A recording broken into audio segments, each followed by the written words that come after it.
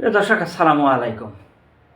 আমরা অনলাইন থেকে অনেকেই প্রোডাক্ট কিনি, আবার অনলাইনে অনেকেই প্রোডাক্ট বিক্রি করি। তো যারা অনলাইনে প্রোডাক্ট কিনি এবং অনলাইনে বিক্রি করি, তাদের এই দুটি ধারণা রয়েছে যে প্রোডাক্ট রেটিং কী এবং প্রোডাক্ট রিভিউ কী।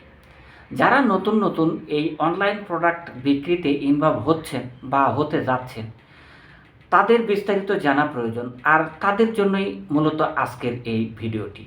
তো আজকের এই ভিডিওটি প্রথম থেকে শেষ পর্যন্ত ধৈর্য সহকারে দেখুন। এবং আজকের আলোচ্য বিষয় প্রোডাক্ট রেটিং। একটি সুনামধন্য কোম্পানি, মালয়েশিয়ায় প্রতিষ্ঠিত ডিএক্সএন, তার একটি প্রোডাক্ট উদাহরণসই আপনাদের কাছে তুলে ধরবো ইনশাল্লাহ। তো আসলে প্রোডাক্ট রেটিং কী এবং রিভিউটা কী? প্রোডাক্ট রেটিং হচ্ছে যে প্রোডাক্ট আপনি কিনবেন বা বিক্রি করবেন, এই রেটটা দেখে নেবেন। এখানে আমরা মার্কিং করি 1 থেকে 5 পর্যন্ত। 3 হলো মধ্য, অর্থাৎ 3-এর ঊর্ধ্বে 4 বা 5 হলে সেটা ভালো প্রোডাক্ট, এবং 3-এর নিচে 1 বা 2 হলে সেটা একটু নিম্নমানের প্রোডাক্ট হয়ে থাকে। দেখুন, যখন আপনি আমাজনের একটি প্রোডাক্ট কিনতে যাবেন, তখন দেখবেন যে প্রোডাক্ট অবশ্যই কোয়ালিটি সম্পন্ন। কেন জানেন? কারণ হলো যে আমাজন কখনোই এইরকম নিম্ন রেটিংয়ের প্রোডাক্ট বিক্রি করে না, যেগুলো প্রোডাক্টের রেট থাকে কমপক্ষে 4 আর সর্বোচ্চ 5। তাছাড়া এই প্রোডাক্টগুলো আমাজন রেট করবে না, অর্থাৎ সেলের কোনো তালিকায় নেবে না। আর আজকের বিষয় কিন্তু এই রেট এবং রিভিউ নিয়ে। তো রেটিং তো বুঝলেন, এবার রিভিউ কী জিনিস? এবার রিভিউ হচ্ছে কমেন্টস, অর্থাৎ আপনার প্রোডাক্ট সম্পর্কে অনেকেই অনেক ধরনের মন্তব্য করবে। এই মন্তব্যের উপর ভিত্তি করেই আপনার এই রিভিউ চলে আসবে যে আমার এই প্রোডাক্টের কোন গুণাগুণে সমস্যা রয়েছে, কী সমস্যা, সেটাকে আমরা কিভাবে রিকভার করতে পারবো। আর সেজন্যে কিন্তু রিভিউটা রাখা হয়ে থাকে। তবে এখানে অনেকে কিন্তু স্টার চিহ্ন দিয়েও নিজের মনোভাবটাকে প্রকাশ করে থাকে। যদি 1 থেকে কেউ 5টি স্টার চিহ্ন দিয়ে থাকে, তাহলে রেটিংয়ে কিন্তু সে পঞ্চমেই চলে যাবে। আর যদি 4টে দেয়, তাহলে তো বুঝতেই পারছেন। তো আমরা দেখি যে সাধারণত প্রোডাক্ট রিভিউয়ের সাথে আমাদের এই স্টার চিহ্নটা দেওয়া হয়ে থাকে, কিন্তু রেটিংয়ে কখনোই স্টার চিহ্ন গ্রহণযোগ্য হয় না। তো রেটিং, মানুষ যখন একটা প্রোডাক্ট নিয়ে ব্যবসা করবে, তখন সেটাকে রেটিং বিবেচনা করেই আগানো উচিত। কারণ নিম্নমানের প্রোডাক্ট নিয়ে আপনি ব্যবসা করতে চাইলে কখনো আপনি এগোতে পারবেন না।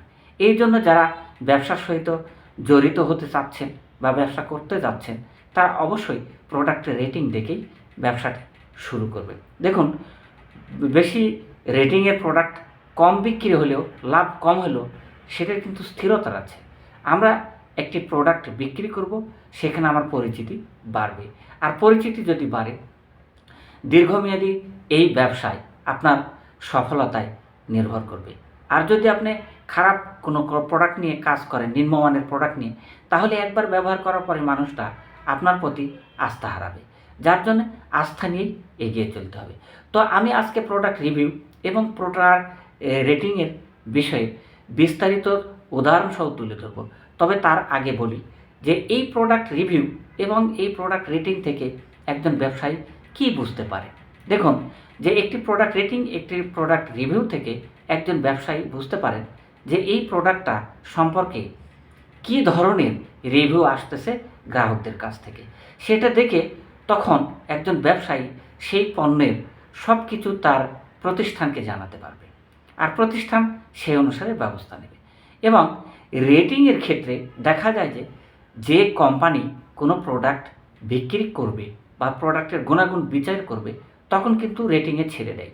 অনেক কোম্পানি রয়েছে যেগুলো কোম্পানি রেটিংয়ে ছাড়তে চায় না।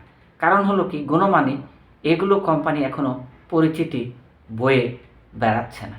আর যেগুলো কোম্পানি ভালো এবং পরিচিতি রয়েছে, তারা কিন্তু অনায়াসে অনলাইনে রেটিংয়ে পণ্য ছেড়ে দেয়। আর একটি প্রোডাক্ট যদি কেউ অর্ডার করে থাকে, 6 মাস পরে বা 6 মাসের মধ্যে ওই প্রোডাক্টের রেটিং বা রিভিউ বা ফিডব্যাক নিয়ে থাকে। আর ফিডব্যাক নেওয়ার পরে সেই অনুসারে ওই কোম্পানি ওই প্রোডাক্টের কী ধরনের সমস্যা রয়েছে, সেই সমস্যাগুলো বিবেচনায় আনে এবং সেই সমস্যাগুলো দূর করার চেষ্টা করি। আর এই জন্য দিনের পর দিন প্রতিষ্ঠিত কোম্পানি, ভালো কোম্পানি বরঞ্চ সামনের দিকে এগিয়ে যাচ্ছে। তো আজকের বিষয়ে আমরা উদাহরণসহ দেখব। দেখুন, দেখতে থাকুন আমাদের প্রোডাক্ট রেটিং এবং রিভিউ কি তা নিয়ে বিস্তারিত এখানে উদাহরণসহ। তো দেখুন, আমরা এখানে এই জিনিসটা লক্ষ্য করতে পারছি। এখানে দেখুন এই জায়গাটাতে অর্থাৎ এখানে আপনার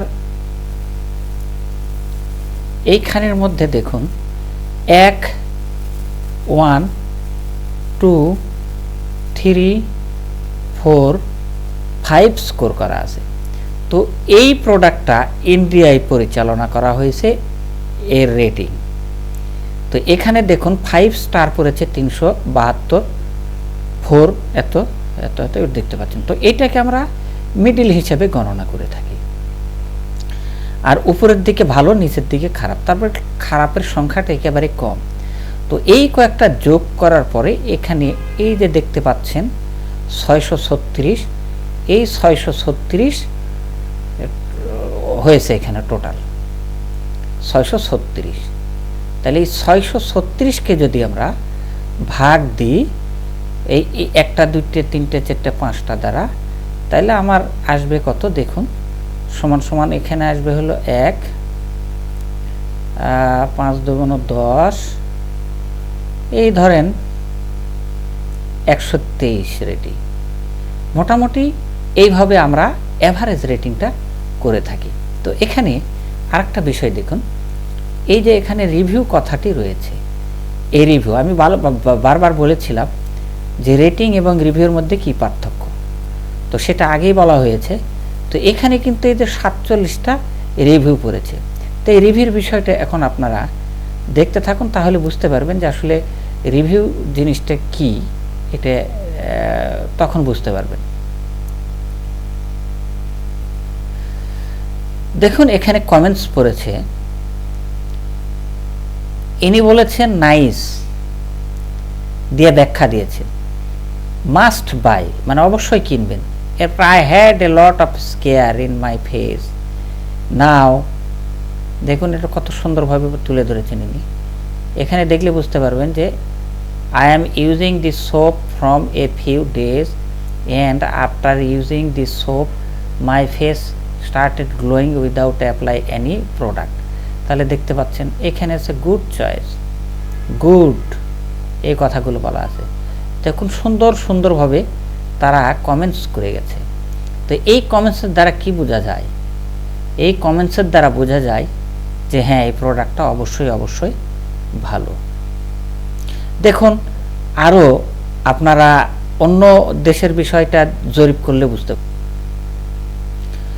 এখানে দেখুন মালয়েশিয়াতে, এটা মালয়েশিয়ার কোম্পানির, অর্থাৎ মালয়েশিয়াতে যে বিক্রি হয়েছে এবং তার রেটিং এখানে দেখুন, তার রেটিংটা দেখলে বুঝতে পারবেন। দেখুন এখানে কিন্তু একইভাবে কাউন্ট করা হয়েছে। দেখুন এত কত কত কত এরকম। তো আমরা অ্যাভারেজ যেটা পাচ্ছি, এই টোটাল এই যে এখানে অ্যাভারেজ পাচ্ছেন 1893। এই যে 1893 ভাগ আপনি যদি 5 দেন তাহলে যা হয়, এখানে দেখো অ্যাভারেজ। তো এইখানে আপনি দেখতে পারবেন যে প্রোডাক্ট রেটিংটা 5 কত পেয়েছে, 4 কত পেয়েছে। দেখুন নেগেটিভ মার্কিং একেবারে কম, এগুলো মনে হয় ভুলবশত হয়ে থাকতে পারে। আর তারপর আরেকটা বিষয় দেখুন, এখানে রিভিউ পড়েছে কতগুলো, এখানে কিন্তু রিভিউ পড়েছে অনেক, রিভিউ পড়েছে বেশ কিছু, 217টা রিভিউ পড়েছে। তাহলে এই রিভিউগুলো এখন যদি আমরা দেখি তাহলে আপনি বুঝতে পারবেন যে আসলে এই প্রোডাক্টটা কেমন, ওই দেশে কত কমেন্টস পড়েছে। দেখুন আপনারা কমেন্টস পড়লে বুঝতে পারবেন যে এখানে এক্সিলেন্ট বলা আছে, 5 স্টার দিয়ে, তাও আবার এখানে 5 স্টার। আবার দেখুন এখানে 5 স্টার দিয়ে ব্রিলিয়েন্ট। তারপরে দেখুন নাইস সোপ, 5 স্টার দিয়ে বলা আছে নাইস সোপ। তাহলে সব জায়গাতেই কিন্তু একটা ভালো কমেন্টস পড়েছে। তার মানে নির্দ্বিধায় আপনি বলতে পারেন এই প্রোডাক্ট অবশ্যই ভালো, এটা কোনো সন্দেহ নেই। এবার আমরা অন্য একটা বিষয় দেখি, গণজি সোপ নিয়ে আপনার আমাজনে দেখুন একটি রিভিউ, তাহলে দেখতে পাবেন আপনাদের এইখানে কাস্টমার রিভিউটা দেখুন। এখানে বলা আছে 4 আউট অফ 5, তার মানে 5-এর মধ্যে 4 পেয়েছে। দেখুন এই যেখানে 1 2 3 4 4টা স্টার। এখানে দেখুন এতগুলো গ্লোবাল রেটিং, 91 গ্লোবাল রেটিং। এর মধ্যে দেখা যাচ্ছে যে এই 5 স্টার পড়েছে কত পার্সেন্ট, দেখুন 57%, 4 স্টার পড়েছে 12%, 3 স্টার পড়েছে 12% এবং 2 স্টার পড়েছে 8%, 1 স্টার পড়েছে 11%। তাহলে দেখুন আমাজনেও কিন্তু এই প্রোডাক্টটা এইরকম রেটিং হয়েছে। আমাজন কখনোই কোনো প্রোডাক্ট রেটিং ছাড়া বিক্রি করে না। যদি কেউ আমাজনে একটি প্রোডাক্ট ছাড়তে চায় তাহলে প্রথমত রেটিং করে তারপরে সেখানে যেতে হবে। তারা সাধারণত যেগুলো রেটিং 3-র নিচে চলে যায় এই প্রোডাক্টগুলো আমাজন কখনোই তাদের নামের লিস্টে নেবে না। আর সেজন্যই আমাজনের প্রোডাক্ট রিলায়েবল মানুষের কাছে। দাম বেশি হলেও সেগুলো মানুষ কনফিডেন্টলি কিনে থাকে। আর সেজন্যই মানুষের ফেদ এই ভালো প্রোডাক্টের প্রতি বেড়ে যায় এবং ভালো কোম্পানিগুলো চায় আমাজনের মতন আরও যেগুলো প্ল্যাটফর্ম রয়েছে সে প্ল্যাটফর্মগুলোতে প্রোডাক্ট ছেড়ে দেওয়ার জন্য। এবার দেখুন কোম্পানিকে কিভাবে রেটিং করছে। এখানে দেখুন, এখানে খুব সুন্দরভাবে দেখুন, কিছু জিনিস লক্ষ্য করুন যে এই একটা ডিএক্সএন কোম্পানি, এই 5 স্টার, এই 5 স্টারের মধ্যে তার রেটিং হলো 3। কিসের উপর ভিত্তি করে এগুলো হয়েছে দেখুন, working at DXN holding BSD. এর অর্থ হচ্ছে যে আপনার দেখুন এখানে কয়েকটি ভাগে ভাগ করা আছে। একটি হচ্ছে ওয়ার্ক লাইফ ব্যালেন্স। এখানে দেখুন এই 5-এর মধ্যে 3 ক্যারিয়ার ডেভেলপমেন্ট, এখানে কিন্তু দেখুন 3.3, অর্থাৎ 5-এর মধ্যে 3 এবং বেনিফিট এবং পার্ক এটা কিন্তু 5-এর মধ্যে 3 স্টার অর্থাৎ 3.2। ম্যানেজমেন্ট এগুলো অ্যাভারেজে দেখা যাচ্ছে যে কাজের এনভায়রনমেন্টটা এরকম, কোথাও 100% নাই। ডাইভার্সিটি অ্যান্ড ইকুয়ালিটি অপরচুনিটি এখানেও দেখুন। তাহলে সব কিছু মিলে এখানে আবার ডিক্লারেশন দিচ্ছে your trust is our main concern, so this ratings for DXN holdings BSD are shared as is from employees in line with our community guideline. তো সব বিস্তারিত এখানে তুলে ধরা হয়েছে।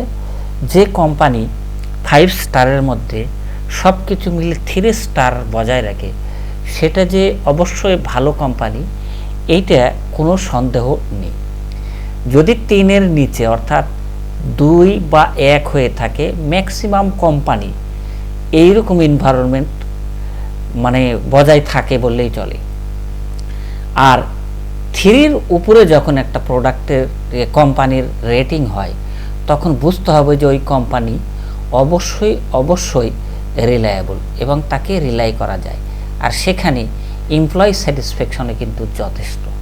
তাই কোম্পানিকেও আমরা রেটিং করলে দেখি যে এই কোম্পানি বিশ্বের মধ্যে যে নামকরা কোম্পানি, এটার কোনো সন্দেহ নেই।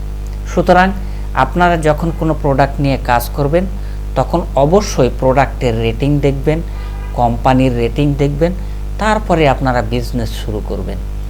আর বিজনেস শুরু করেই আপনারা যখন রেটিং ছাড়া কোনো কিছু করতে যাবেন তখন সেটা হিতে বিপরীত হওয়ার সম্ভাবনাটাই বেশি রয়েছে। সুতরাং আজকের এই ভিডিওটি আমি বিস্তারিত বললাম। যদি আপনাদের কাছে একটুও ভালো লেগে থাকে তাহলে অবশ্যই নতুন কোনো ভিডিও পাওয়ার আশায় এখানে আপনারা চ্যানেলটিকে সাবস্ক্রাইব করবেন। ধন্যবাদ। আসসালামু আলাইকুম।